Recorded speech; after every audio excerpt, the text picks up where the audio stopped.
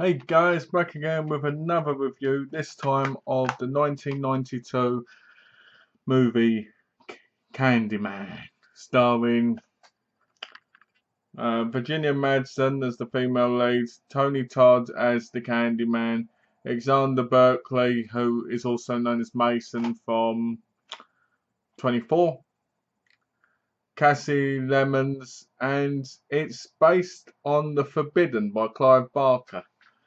I have to admit, I can tell this is based on a Clive Barker thing because it reminds me a lot of Hellraiser. That's going to sound really, really strange, but it does. Because all I kept thinking for the movie was the guy's voice sounds like this.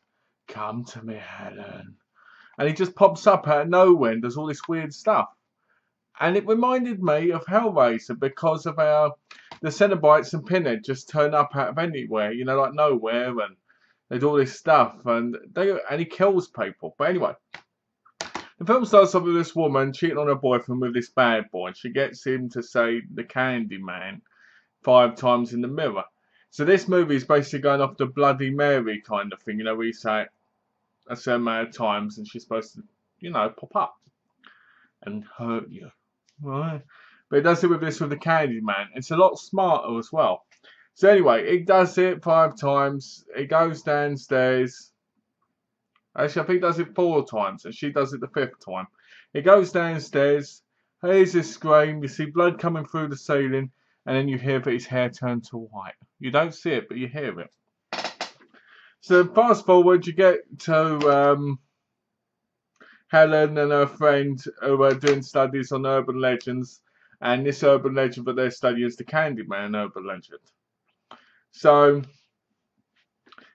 she basically goes investigating. I'm guessing it's supposed to be like, you know, some like hood area, you know, like a Tower Heights here where you've got these big buildings but they're terrible, and it's like going into the hood or going into, you know, really bad area. I don't mean to sound racist by saying the hood, but you know what? It's just an easy way of saying it. Well, there seems to be a lot of racial tension between the people that live there and Helen, the white female. So basically, she goes there, and they're all looking at her, ooh, but she's got a friend with her who's black, so it helps a little bit.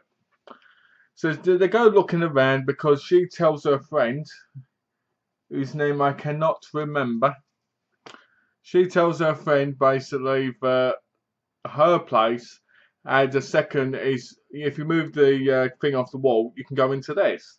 And she finds out it's the same at this other place. And she moves through one, and there's this picture on the wall, painted on the wall, of this kind of like of this dark fella, like this. And she gets out for the mouth, which was quite clever. I like that. I like that a lot. So she takes some pictures. She's told she has to leave. And she sits next to this boy, and she gets him to tell her what happened, basically. The Candyman legacy, and he talks to her, and basically takes her to like this toilet area, where outside toilet, or restroom, or bathroom, whatever you want to call it. And basically, he tells her not to go in there because something happened to someone in there, and his penis got flushed down the toilet or something. And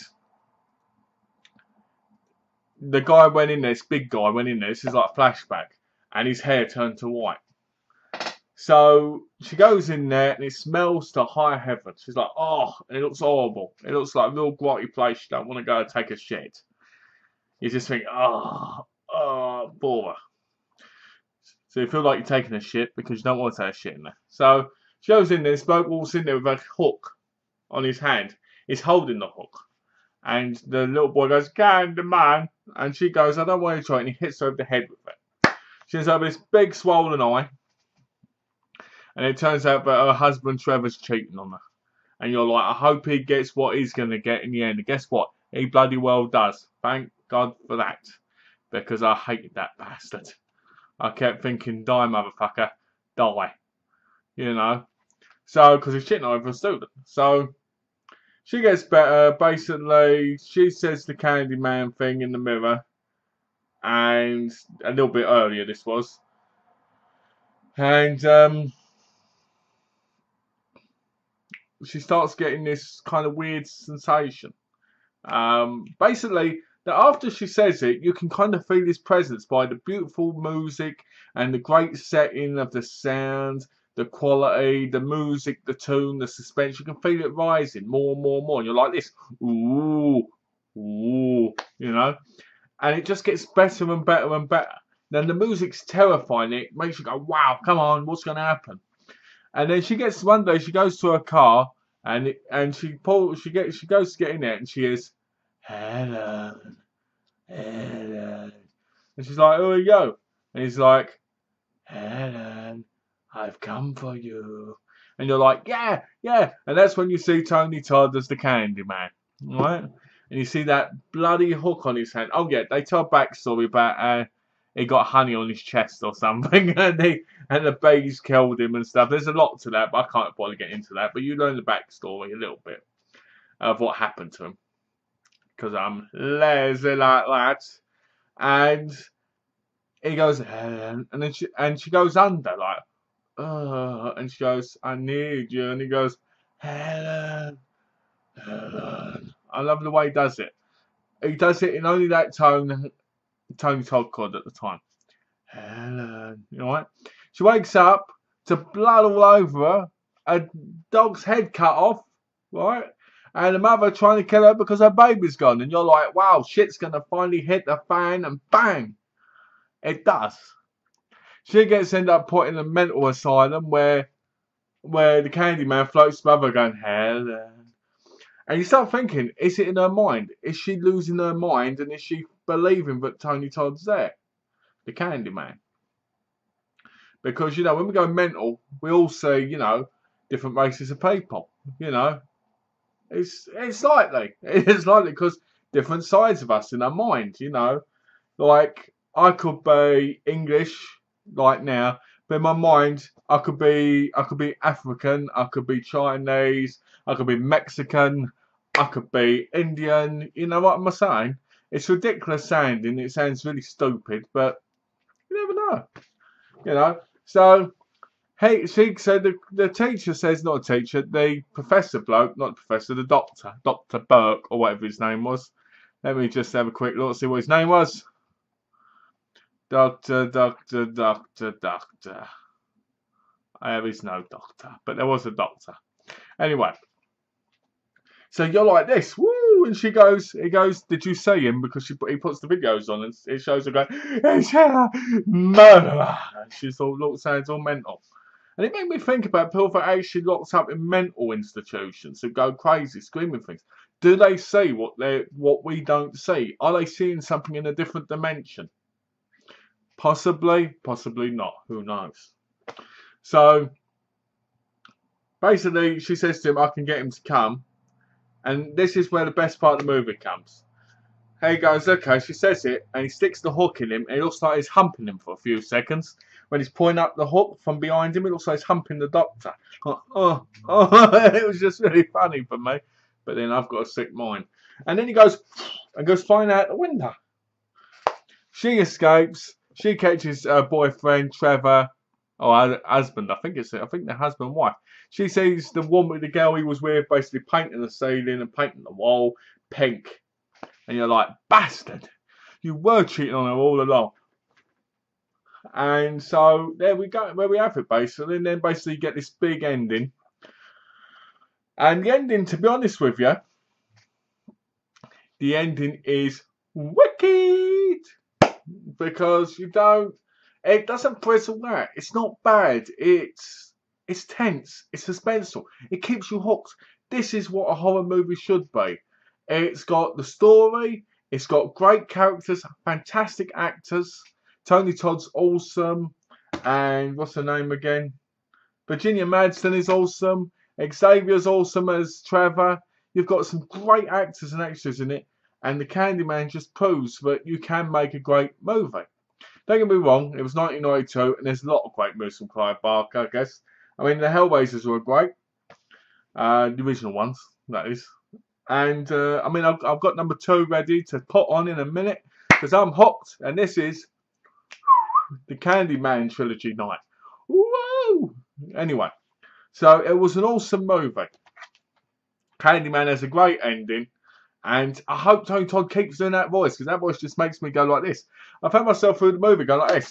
Helen, Helen, you were meant for me, Helen. I'm coming for you, Helen. But he does in that tone, but so soft, but so menacing at the same time. And he opens up his jacket, and you get all these bees. And you're like, fucking hell. You know, awesome. Awesome movie. I love it. I love Clive Barker. I love Hellraiser. Hellraiser 2. I have to admit, I'm going to watch 2 and 3, and the story of number 2 is by Clive Barker. So it should be good. Number 3 isn't. This film was, I think, written directed by Bernard Rose. I don't know what else he's done, but he's a fantastic writer and director. Because this film is an awesome movie. For early 90s, it's great because it means the 90s were still a good time. Let's face it. Nowadays, we've got all this possession and all this other rubbish. Like, who wants to see this?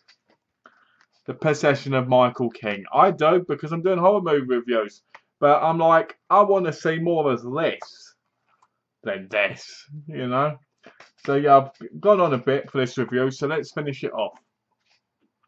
Candyman. Do I recommend it? Yes. Did I enjoy it a lot? Yes. Do I recommend you go out there and buy it, or rent it, or whatever you do with your movies? Have sex with it if you want. It's awesome. Just don't say the Candyman's name 3 times while looking in the mirror. This Blu-ray's from England. You can't get it on Blu-ray in America unless it's an import, which I think's a bit shit, because they should release the 3 in a trilogy box, especially considering everything's coming out right now.